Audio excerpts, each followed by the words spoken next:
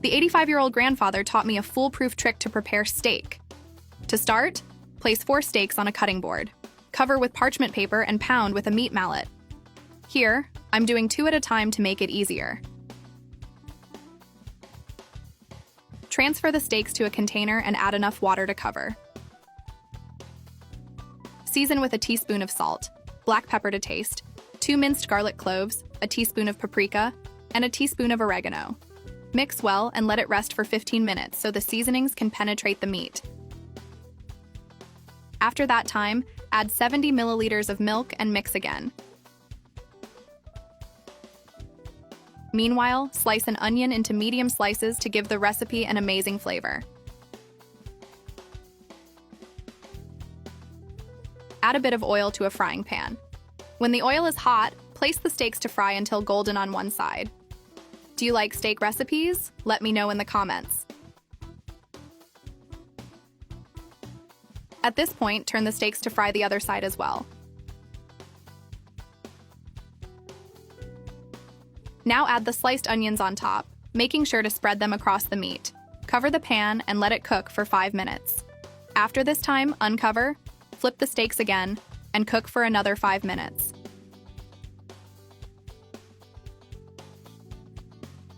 Then, pour the seasoned marinade that was used for the meat into the pan and let it reduce until the sauce becomes thicker and more flavorful.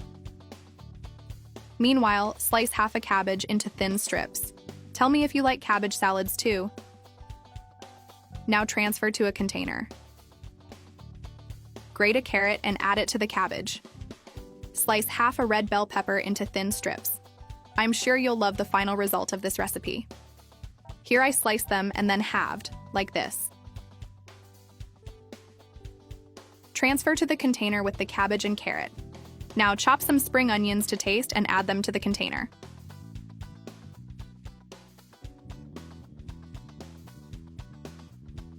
Mix all the ingredients well.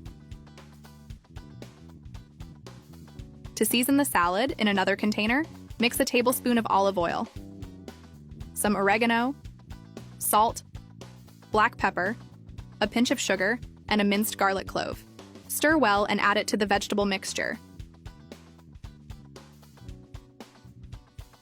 Mix everything again until the seasonings are well distributed.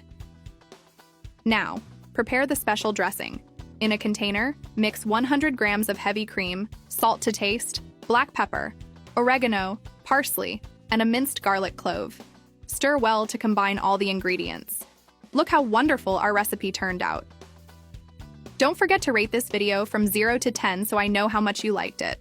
I'm excited to see your opinion. Now I'm going to enjoy this delicious recipe. Thank you for watching until the end.